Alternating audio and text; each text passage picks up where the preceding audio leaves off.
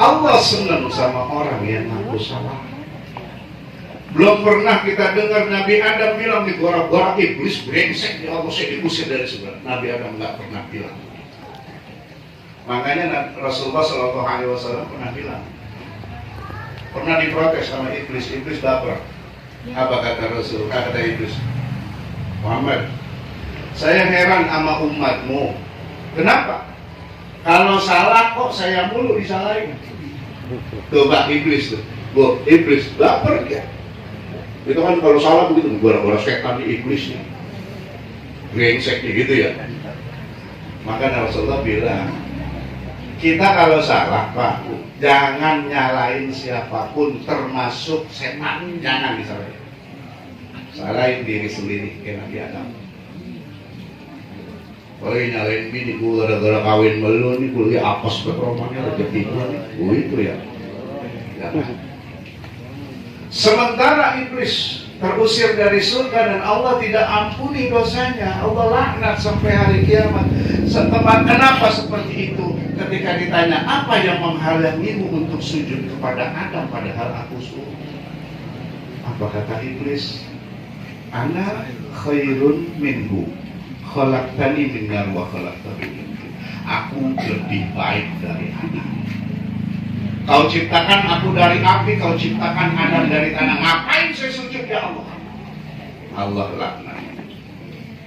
Dan Allah tetapkan masuk ke dalam api neraka. Maka dari dua makhluk ini kita punya kesimpulan bahwa pertama, surga pada akhirnya akan dihuni oleh salah satunya adalah ahli maksiat yang bertobat, ya Nabi Adam. Dan yang kedua, neraka pada akhirnya akan dihuni salah satunya oleh ahli ibadah yang sombong kayak iblis. Tinggal milih. Ini udah sembahyang kagak belaku, sholat kagak, puasa kagak belaku. Mending kalau kaya mah. Udah miskin mabok, saya paling gedek. Kali kaya mau mabok masih mending minumnya vodka, ekstasi, mainnya di Alexis. Udah miskin mabuk, buat nyamuk ditumbuk, dicap pingpong itu ya, autan diaduk ke kopi, pembalut direbus. Saya tantangin sama bocah yang rebus pembalut, yang paling enak pembalut habis dipakai tuh rebus. Tuh maboknya lebih enak, terus minggu hilang. Mabok, overdosis, muntah, genjer, korek, najis. Ya Allah, jangan begitu anak cucu kita ya Allah. Pak, tantangan berat. Disinilah kita harus paham siapa diri kita. Kita harus menjadi hamba Allah yang baik. Kita harus menjadi hamba Allah seperti yang diinginkan oleh pencipta kita. Kenapa? Karena kita bakalan dimintain tanggung jawab. Kalau habis mati selesai, enak. Al-yawma nakhtimu ala afwahihim wa tukallimuna aydihim wa tashhadu arjuluhum bima kanu yaksibun. Tiap hari kita baca itu ayat. Semua dimintakan pertanggungjawaban di hadapan Allah nanti. Ditanya, Pak, Bu, mata buat apa? Buat baca Quran, buat baca status. Kaki kemana? Ke majlis taklim, ke masjid, atau ke karaoke ya? Duit dipakai buat apa? Buat sedekah, buat nyari jablay? Nah iya Pak, nyari jablay ya pakai duit. Saya coba-coba gratis, nggak ada. Itu semua akan ditanya di hadapan Allah Subhanahu wa Ta'ala. Dunia inilah panggung kita. Makanya kita disuruh terus ngaji. Tanya guru-guru kita. Jangan merasa puas kita udah sholat, kita udah puasa, kita udah zakat, kita udah haji, kita udah umrah, kita udah sedekah dan lain sebagainya. Jangan pernah puas cuma gara-gara itu. Kenapa? Rasulullah udah bilang orang yang ibadah tidak ngerti ilmunya ditolak ibadah. Semua orang pengen masuk surga, Pak, Bu.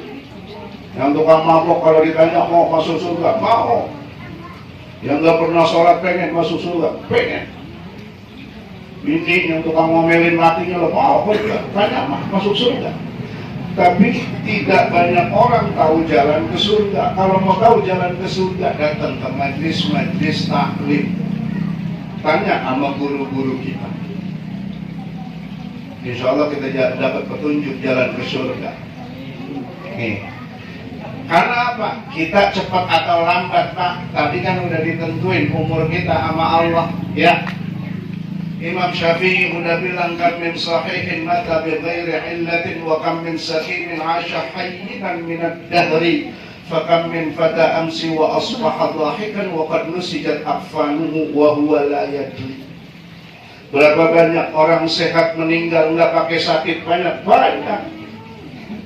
Yang pada naik pesawatnya jatuh, mati bareng-bareng.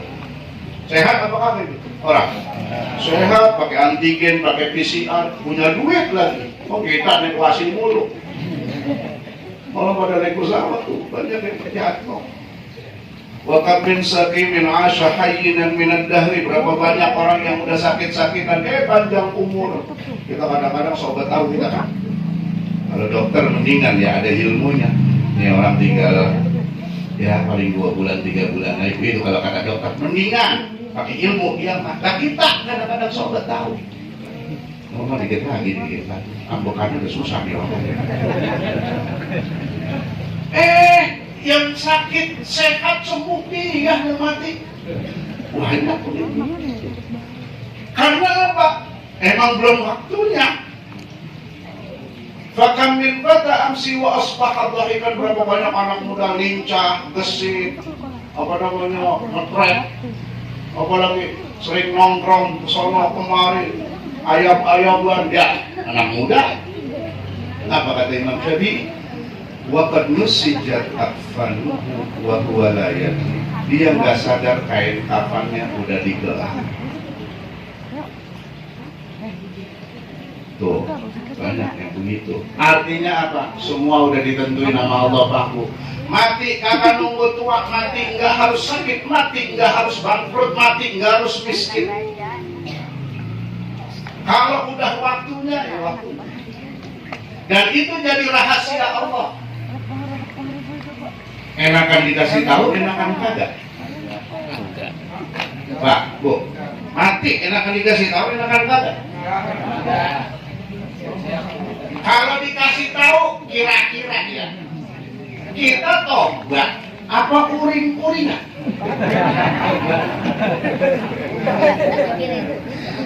Pulang dari sini ini mah anu doang cerita doang. Pulang dari sini, tahu-tahu malaikat Israel depan rumah kita.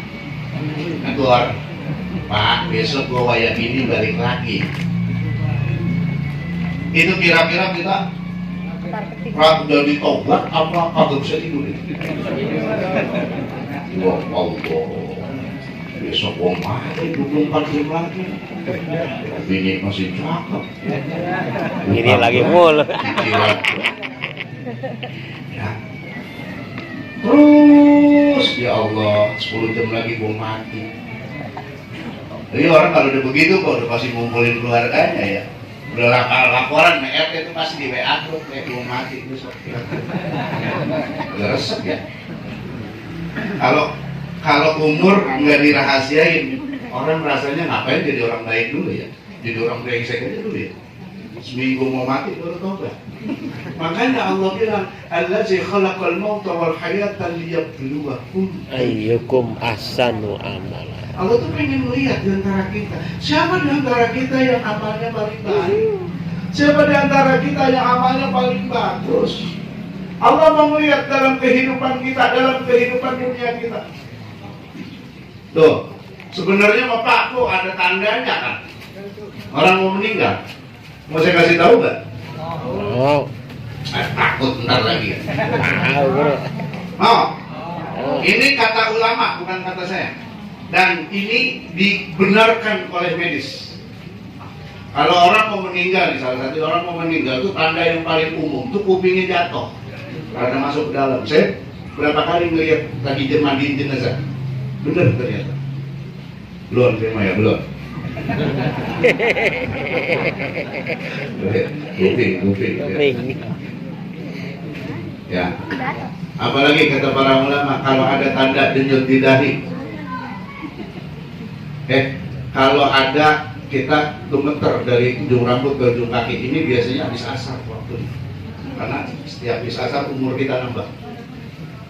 Dari ujung rambut ke ujung kaki kita gemeteran, bukan meriang, bukan benaran kok. Itu kata para ulama, tinggal 100 hari. Udah belum? Gua udah diem gue. Kalau ada denyut di tengah dahi, kita berasa nih kedutan, itu tinggal 40 hari. Yang tua mana yang tua? Saya tanya, udah belum? Coba ingat-ingat dulu. Kalau yang lagi doyan makan, hati-hati. Lagi sakit terus tiba-tiba doyan makan tuh kata para ulama bisa jadi tinggal seminggu. Untuk mulai pada makan kue ini. Makasih lah. Kalau di ubun-ubun kita ada denyut tinggal 3 hari. Yang paling dekat kalau di bawah pusar kita adem, bawah pusar gigit adem. Itu udah gak ketemu waktu asar besok. Gak adem belum pusar? Pusar udah adem belum? CS. Ya, itu tandanya. Tapi kata para ulama, nggak semua orang aware. Tergantung dia hatinya bersih atau enggak. Kalau bersih dia akan dikasih tahu. Tuh, itu semua emang udah bakalan terjadi. Makanya Syekh Mutawalli Asy'ari, salah satu guru besar kami dulu di Kairo, beliau sampai bilang Allah itu kadang-kadang menggunakan kalimat kematian itu dengan kata-kata al-yaqin. Artinya si yakin yang pasti terjadi. Wa'bud rabbaka hatta ya'tiyakal yaqin. Sembahlah Tuhanmu sampai datangnya si yakin. Siapa si yakin? Kematian. Artinya kematian pasti sampai. Cuma herannya, lucunya kita manusia, ama yang pasti kagak tahu siap, betul nggak? Saya tanya dah, udah pada siap belum? Ya mau orang umur 100 tahun, 200 tahun, kalau ditanya udah kali. Ama yang udah pasti kita kagak pernah siap. Tapi ama yang belum pasti siap loh. Berangkat di tur ke Wali Songo. Masih seminggu lagi udah nyuci tas itu. Udah beresin pakaian. Udah nyiapin duit. Udah cuti dari kantor gitu ya. Padahal pasti jadi nggak? Belum. Tentu ada PPKM. Nggak jadi. Lucu manusia. Kita ini lucu. Ama yang pasti susah, nggak siap-siap. Ama yang belum pasti siap dulu. Nah ini makanya jadi pelajaran buat kita Pak. Siapapun kita, apapun status sosial kita, kita semua akan menghadap Allah Subhanahu wa Ta'ala. Ini pesan buat kita semua, ya. Maka Rasulullah Shallallahu Alaihi Wasallam juga pernah berpesan bahwa apa kata beliau, malam paling angker adalah malam saat kita bertemu munkar nakir. Ini malam paling angker. Kita akan berhadapan dengan dua malaikat yang interogasi kita. Makanya kalau lagi nguburin dibacain talqin tuh gitu, kasih tahu. Ini malam yang paling angker. Jangan kayak Abu Nawas ngomong ke anaknya, nah kalau Babak meninggal, jangan beliin kain kafan baru. Beliin yang udah sobek, yang udah kotor, yang udah lecek. Emang apa Bang? Ntar kan munkar nakir lewat, Bapak disangka udah ditanya. Iya lewat udah lama udah kelihatan sobek, kayak kapan gitu ya kotor ya. Udah ditanya dia itu, gitu kan. Iya malaikat lewat. Hasilnya catatan. Emang kita salah orang mulu kalau gitu mereka ya. Gak begitu daun udah jatuh dibaca maupun karena kita emang sama malaikat Israel lah kata bakal salah. Biar katanya orang yang kembar ya apa udah bakal salah. Nah makanya ini pelajaran buat kita Bapak Ibu yang dirahmati Allah Subhanahu wa Ta'ala. sebenarnya kematian bagi orang mukmin itu harusnya jadi sesuatu yang membahagiakan. Makanya kita selalu mengucapkan berpulang ke rahmatullah. Rahmatullah, berpulang ke rahmat Allah. Makanya kita sering doa, Allahumma aslih lana dinana alladzi huwa ismatu amrina wa aslih lana dunyana allati fiha ma'ashuna wa aslih lana akhiratana allati ilaiha ma'adna waj'alil hayata waj'alil mauta rahatan lana. Kita harus sering baca, jadikan kematian itu sebagai tempat istirahat kita yang tenang, yang damai. Maka mudah-mudahan kita bisa mengambil ibrah, mengambil pelajaran. Siapapun kita, maka kita harus betul-betul menjadi hamba Allah yang baik, menjadi hamba Allah yang betul-betul nurut, menjadi umat Rasulullah yang nurut.